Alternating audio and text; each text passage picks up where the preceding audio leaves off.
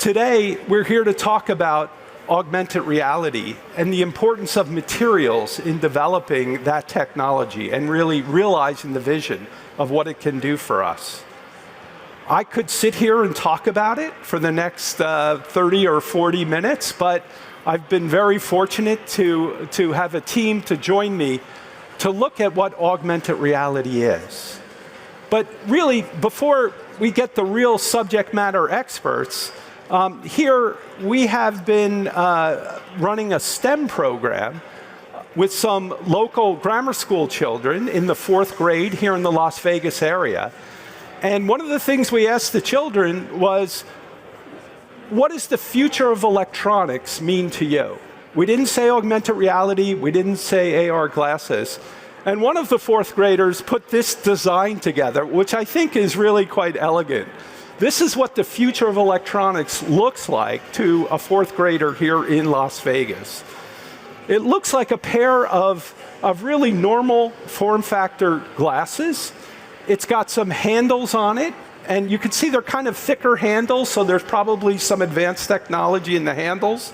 And it has, not only does it have lenses, but it has special lenses, right? And that's what makes it so special, and there's the bridge between it. I think it's really interesting that this is the vision of the future that our young minds and the leaders of the future will have. So what our responsibility today is, and what my panel is going to help me do, is to make this vision a reality for all of us today. And so with that as a motivation, you know, I think augmented reality is something, and virtual reality, mixed reality that we've talked about. But if we look at all of the macro trends that are really driving the technical and really societal changes, they're starting to converge together. And the ability to have artificial intelligence locally and to be able to interact with it and our environment is something that's unifying our technology. In each one of these areas, materials plays a critical role in enabling this. And today, we'd like to talk about how materials are going to help enable augmented reality and bring this forward. This has been a technology that's been in development for a number of years, starting with some very early concepts and designs. But I think today we're really starting to see the realization of the first true promise of what this technology can bring us today. At EMD Electronics, we are a major supplier of materials and technologies to the semiconductor industry, but also to the display industry. And we provide materials and technology in each one of the different areas of advanced displays, augmented reality, mixed reality, et cetera.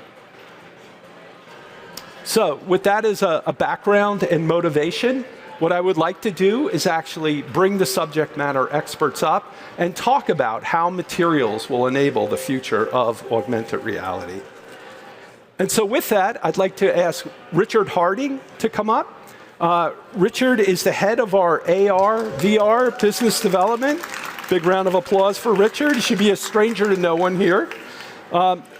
Richard is leading the business development activities in this area and our strategy in this area. He's had previous roles in R&D, both locally and internationally in Asia for some time. Richard has a PhD in physical chemistry from the University of Leeds and 20 years of experience, maybe doing experiments in the semiconductor industry.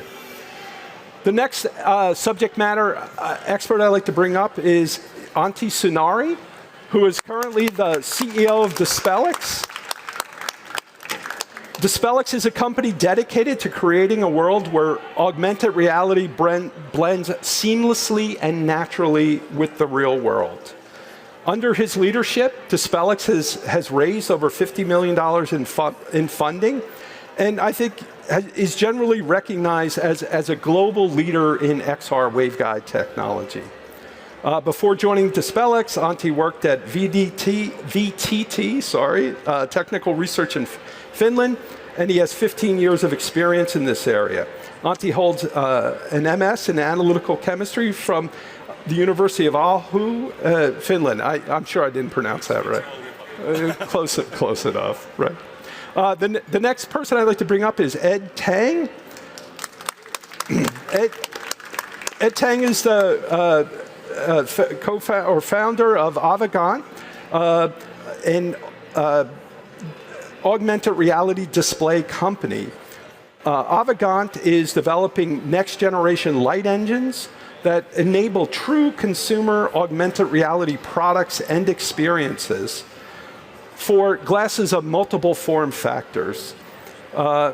He was, I think this is quite interesting, he was born in Texas and raised in Taipei. I think that gives him some real credibility in a number of different areas.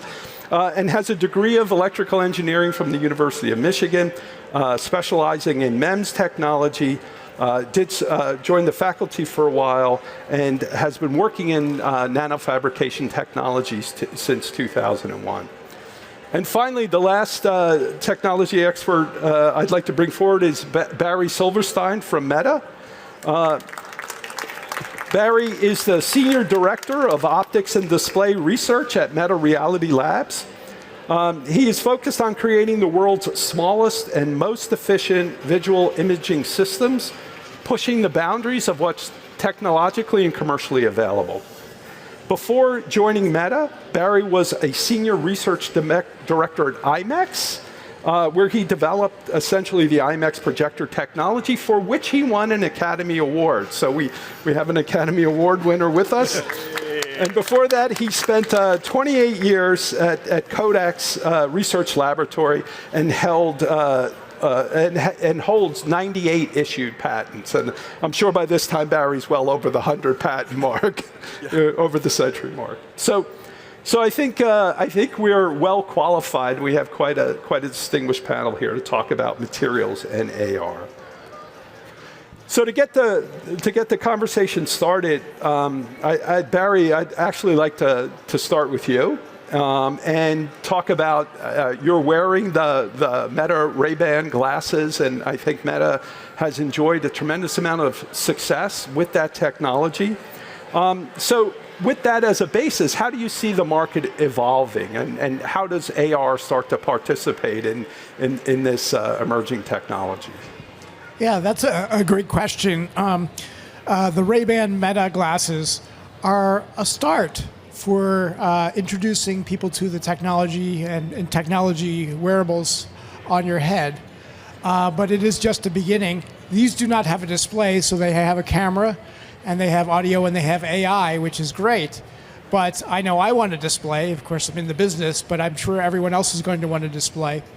And the display will be introduced in the near future, and it will start to work its way up as bigger and bigger display technologies can be incorporated into the glasses. The bigger the display, the more information we can incorporate. So this is a beginning, and it's a fun start. Thanks.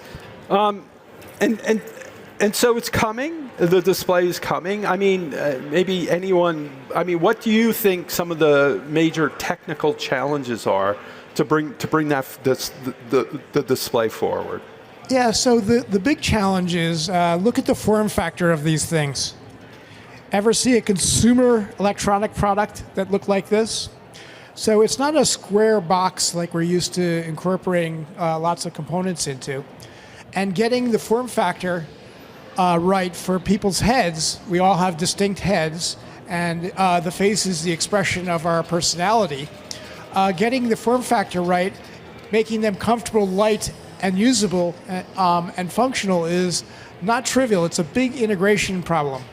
So why didn't we incorporate a display in this earlier? Because it wasn't ready yet to be able to fit into this form factor. And all of the gentlemen that are associated here are working on technologies to make that possible. It's coming soon. You'll see a lot of things happening this year in terms of adding a display into the glasses. But ultimately, it's got to feel good, and it's got to look good, and it's got to have the right price. Getting that integration right is not trivial. So, I mean, Richard, it's not trivial, right? And to start it's based on key optical materials, right? And so what do you see is, in order to make this much sooner and more real, from the materials perspective, what do we need to do to enable this? I think there's a lot of asks that are coming. As Barry has just been highlighting, everything is in a small form factor, and then it's how much content you want to see.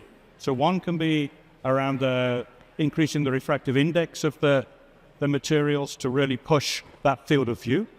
I also want to sort of leave it open to these guys in a minute, right? Because it's not just a material; it's got to be fully integrated, and it's all got to come together. So, but from our side, we're looking at that, and that sounds very trivial, right? You're just going to increase some optics part of something, but it's got to be stable. It's got to be easy to produce. It's got to be repeatable. Photo stability's got to be there. So there's many parts that we take care of. And then that all has to fit into the waveguide and the fit with the light engine and the design. So that's where it all comes together. So Ed, let's assume we've nailed the material, right? We've got it ready to go. Yeah. And over to you. What we need is a very capable light engine that's gonna light us up and wow us and meet the requirements that Barry just. Yeah. And for those of you that don't know, light engines are basically very miniaturized projectors. Think about a tiny projector, maybe half the size of a sugar cube, or even a third of the size of the sugar cube, that needs to fit in a pair of glasses. But I think very much like what Barry was saying is, these glasses have to be in this form factor, very fashionable form factor. Our heads aren't changing anytime soon. There's only a certain size that we can tolerate. There's only a certain weight that we can tolerate, which means there's only a certain amount of size and power and battery and components we can put into this thing if we really wanted to make it a good-looking, fashionable, all-day wearable product. And one of the things that I think I want to emphasize here is that, we can all design things, waveguides and materials, displays, light engines, products. We can do things in a siloed, independent fashion, but that's not going to get to the solution that we need. We're in such a constrained form factor and such a constrained model that it really requires this design technology co-optimization. Right. We work very closely together up and down this chain. Like we sit in the middle right now as a light engine, but we work very closely with the waveguide makers, with the display and materials makers, with the product makers, to truly do this co-optimization, because it's easy for one of us to push a problem onto somebody else. I could sit here and say, hey, Auntie, your waveguide needs to be 10 times the efficiency because my engine is not bright enough. Yeah. And so it's very important that we're balancing and co-optimizing all of these systems together. And it's really the only way that we can get to a successful, fashionable form factor product like Barry's wearing today. So we have world-class materials. We've got state-of-the-art light engine. And now, Auntie, we just need a clever design that will allow us to really fully compel us with these displays. What do you see the challenges and opportunities based on what you've heard? Well, of course, there is a lot of opportunities all the time. It's making the right selection where you go forward.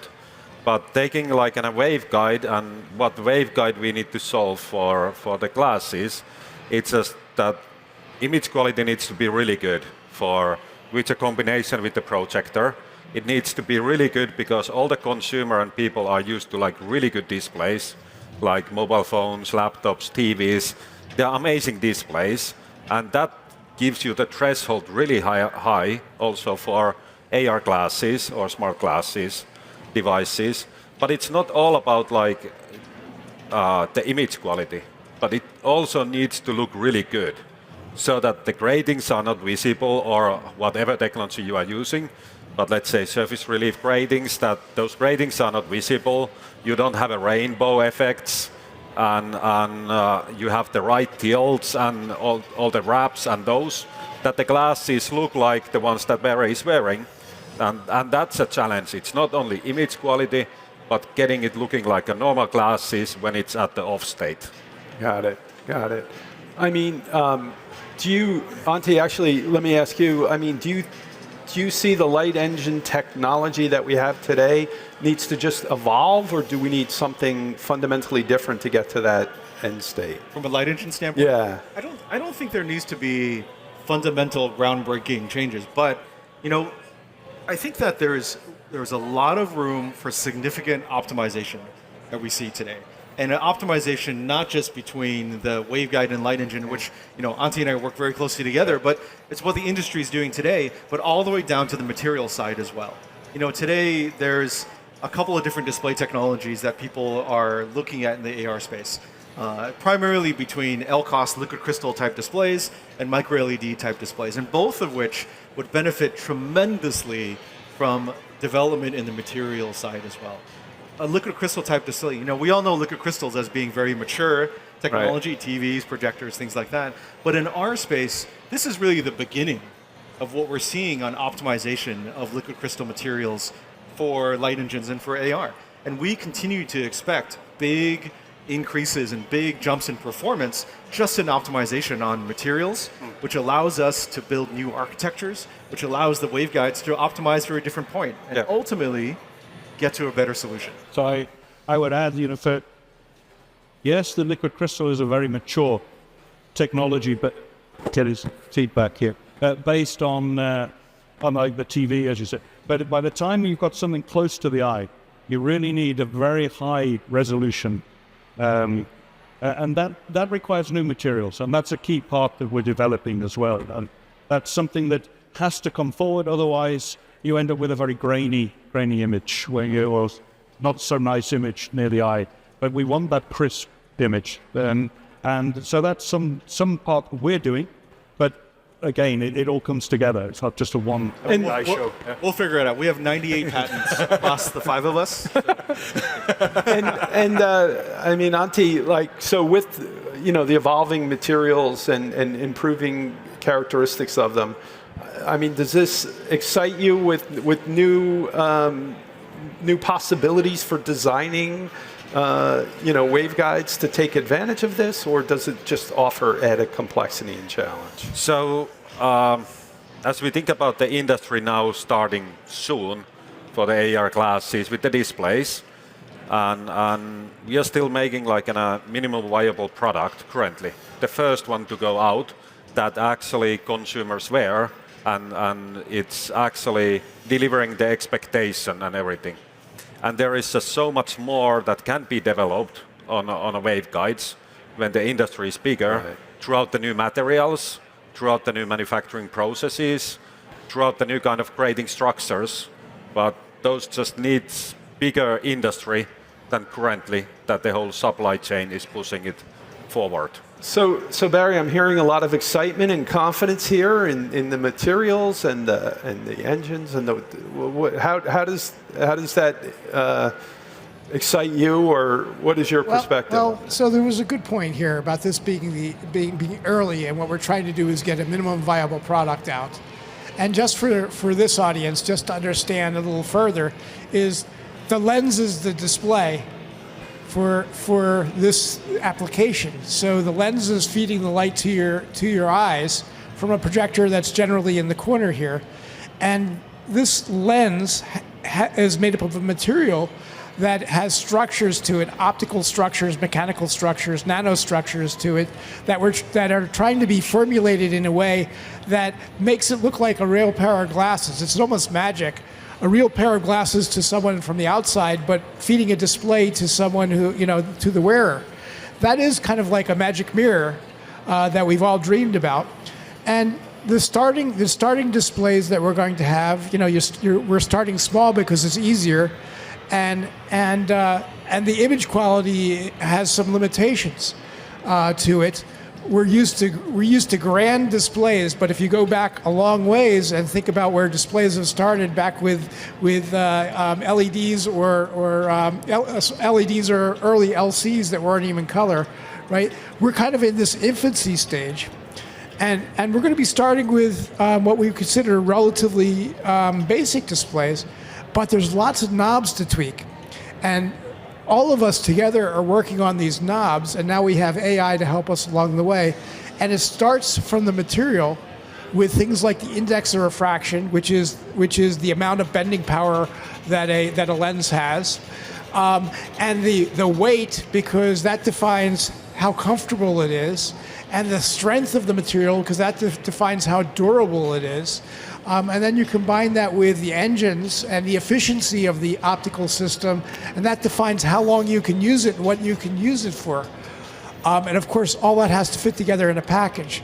So we're starting things will be starting to introduce the early products, but in these minds here, we've already got the second, third, fourth, and fifth generation, but it doesn't happen all at once. And you have to introduce, first of all, the modeling capabilities, then you have to introduce the fabrication capabilities, then you have to turn it into a supply chain, then you have to get the price down so that you can get it into a consumer product.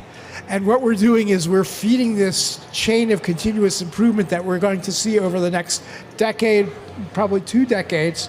And you're right that there's enough technology for starting, but there is definitely not enough technology or there's enough technology to make a brand new career for yourself for the rest of your life, because there's so much further that we can all take this technology. So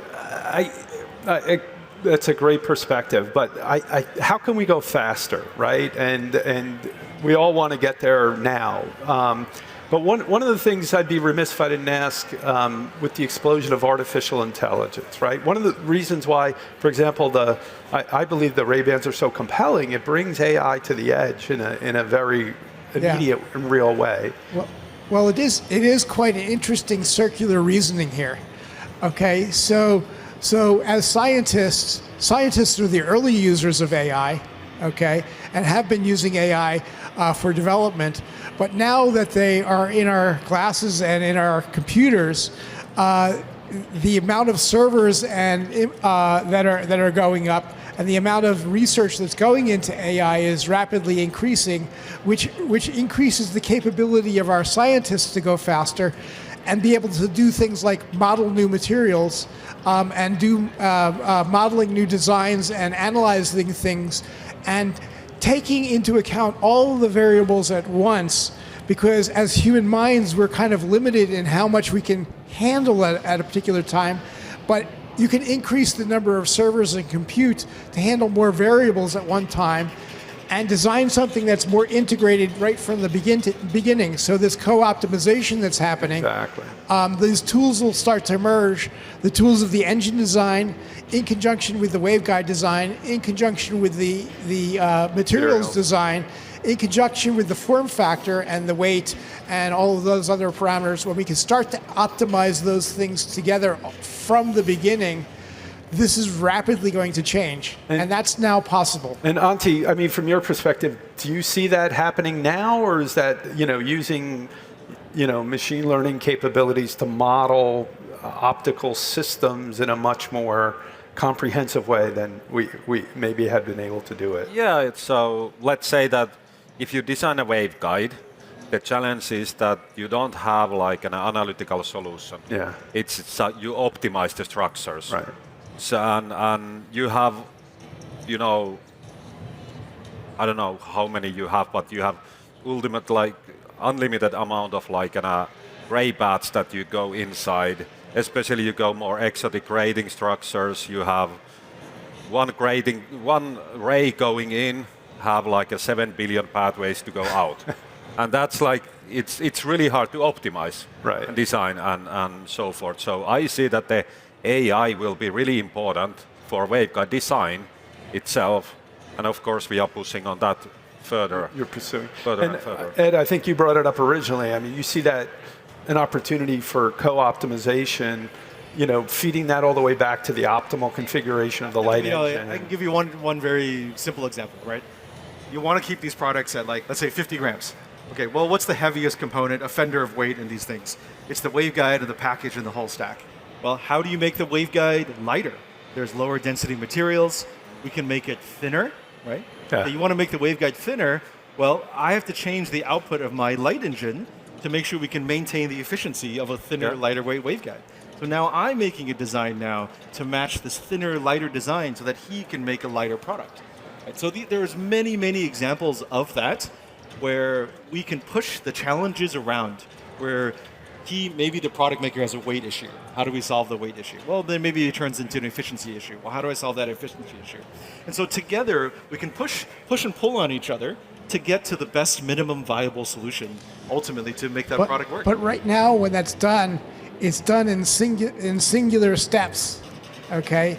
It's rarely done from end to end, Right. and it's even all the way to the eye. Right. Right. So you start with the material base that you have to work with, Yeah. and then you say, well, what if I do this? Right. And then they call you up and say, well, what if I do this? Right. What's that do to your engine? And then you do something, and then Right. it's like that path is a long stream. Yes. that's Okay, right. and back and forth. Yes. Now we have the ability. So the tools weren't there, and they're still not quite there. But the tools weren't there to be able to co-optimize these things Simultaneously. And even if the tool was there, the compute would be so slow that it would be horrible, right? So you couldn't really get very far with it. But now, with AI's ability to make inference and take in a greater number of variables, we will start to begin to be able to build the tools that could go end to end, okay, from photon creation all the way to the eye is my dream. Okay, that's a big dream. Oh, yeah. But now you can see that there's a path to being able to do that. I'm not going to say you're going to get there tomorrow, but there's actually a path to being able to do that. And when you could do that, the players will be able to play together at one time, and it will be a more collaborative iteration, faster iteration than ever before. So hopefully that allows us to pull all this together faster, and we can get a truly nice form factor, light, very engaging, compelling system. One way is to invite innovators and thought leaders into this ecosystem to bring their innovations and new ideas and perspectives. What advice? You're all thought leaders in this area and disruptors. What advice would you give to someone? Is now the right time, and why now? And what would you recommend? I definitely have an answer on that one. Okay, and these guys have probably heard me say it before.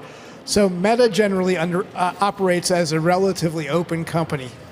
We hand out our AI. For the most part, our intellectual property is maintained in order to advance the industry, not to block anybody. Okay, and the reason is that in order to progress technology faster, you have to have more open systems. Now, it's easy for me to say this because I'm not selling a component. Okay, I'm selling a whole system. And the more that the pieces are available, the more we can pull together a system and faster. But in general, the more that we can share with each other our intellectual property, our know-how, the more that we can share with each other, the faster it'll go and the more successful we'll be. If we try to hold things too tight, it slows everything down and opportunity gets lost. So from a system perspective, that's the way I look at it. But I'd love to hear these guys' opinion as well. I mean, Ed, it's any advice? It's such a new space. Yeah. Right? And it's like right now, I think we're in the rising tide floats all the boats, right? And I think very much like what Barry is saying, there is enough in this entire industry for all of us to have lifetimes of interesting careers. And that's regardless, you could be working in the content space, the application side, the multimodal AI, sensors, optics, materials, displays, whatever. There's lots of opportunity across all these different segments in our industry right now. And this is just the beginning. I think we'll have many decades of exciting developments and work to come. I mean, Ante, you share that perspective? Yeah, I totally share that. And if we think about like mobile phones, they used to develop really like much. Each year there was new features. It was smaller and smaller. Then it became bigger and bigger with the touch displays and everything. But now we can see that it's a slowdown on the mobile phones. Like every generation, maybe there is a flipping open display, but nothing major is happening. There's at least a new camera every time. Yeah, well, new selfie camera there, yeah. more megapixels. Just add a camera and you got a new product. Yeah, right? You have a new product, but then you think about what will happen with the AR and the glasses. They will develop so fast. There will be so much new opportunities, new ideas, new way to use that virtual content that you can get in front of everyone. So I think it's the most exciting area that you could work at this point of time. And let me expound upon that if I could a moment. So I want to plant in your heads a little bit a way to think about this. For forever, we have had displays that we put in front of us. We have a piece of paper. Okay, then we have a book. Then we have, or I should say, maybe we start with a scroll. I should go back further. A piece of paper, a book. Okay, a newspaper, a magazine with color. Okay, a singular digital display of a singular color. Color gets added. The screens get bigger. Now they're portable. But never before have we had a display that overlays on top of our vision, okay? Where the digital world is overlaid on top of the real world so that you can put digital information, being it avatars or being information or digital objects, so that things from anywhere that can be transformed into and transported into your world. That changes everything. So if you think about the change when movies were invented, right, from still to movies, and you say, well, now we have moving pictures. Now this moving pictures, this Pixar world that can be animated to look real, can be put into your screen, into your life on a regular basis.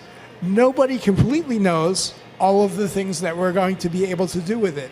It is so new, such a new paradigm for mobile computing, and so powerful that as you all said, it is beyond what we can think about just in this panel or in this room, because somebody's going to think of something that we didn't think of, and the more technology that we put into this thing, which will happen, the more capable it will become. I like to call it a new form of perception. So perception is what our human senses bring together. And now with this, we have a new set of perception because we're able to get other cameras, other perspectives, other memory that's occurring that you couldn't get any other way being available to us. Hey, rewind that meeting to me. Okay? What did that person say? And feel like it's part of that experience that you were still in that room when that meeting occurred, right? This is a new form of perception. It's not just a display system. It's not just a computer, okay? And with AI pulling this together, hey, give me a perspective, a different perspective of the room that I was in.